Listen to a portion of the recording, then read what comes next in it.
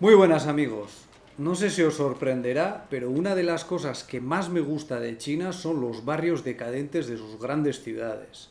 Es decir, los barrios que van a ser demolidos para construir nuevos y más altos edificios de viviendas, o aquellos viejos rincones para los que todavía no hay ningún plan de restauración y están a punto de convertirse en ruinas.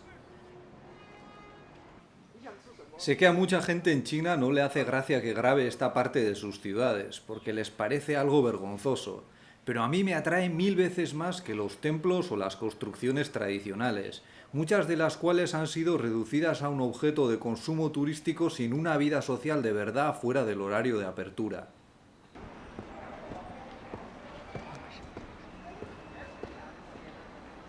Las ciudades chinas están llenas de rincones en los que la vida social florece de forma improvisada e impredecible. Esta es la China de la clase baja y de las personas mayores que ya no tienen recursos ni fuerzas para moverse a las nuevas torres de viviendas. Casi ninguno de estos barrios suele superar el medio siglo de historia, pero parece que en sus fachadas se condensa la experiencia de decenas de generaciones. A mí me encanta su caótico desorden, su desafiante colorido y su entrañable atmósfera de abandono. Disfruto vagando por estos sitios porque me parece que ofrecen una valiosa prueba de que las personas pueden vivir en paz sin demasiados recursos.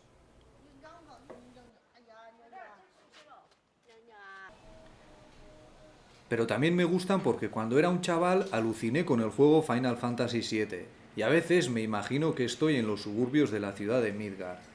Aquí las personas también sobreviven como pueden en un ambiente oscurecido por la contaminación, pero ello no les impide sonreír y esforzarse por un futuro mejor para los que vengan después.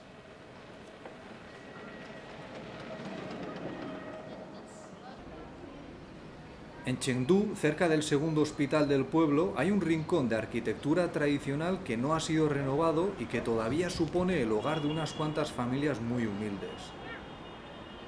Se supone que esta fue la residencia de Xie Wuliang, un famoso estudioso, poeta y calígrafo que llegó a ser el secretario de Sun Yat-sen.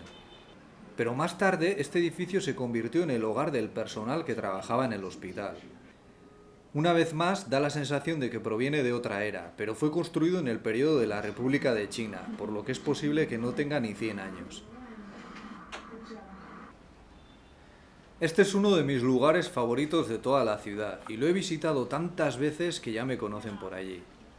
Es un lugar fantástico para plantarse en una esquina y simplemente ver lo que se presenta.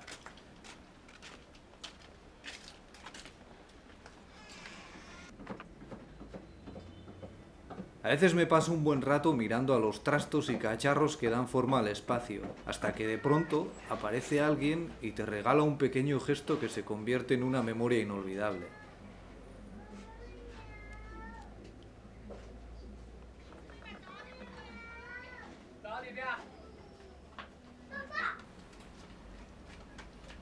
La gente por aquí es muy amable en general, aunque también hay personas a las que no les gusta que las grabes o se sienten incómodas, en parte porque se han convencido de que su modo de vida es como una especie de mancha difícil de limpiar en la flamante fachada de la China desarrollada.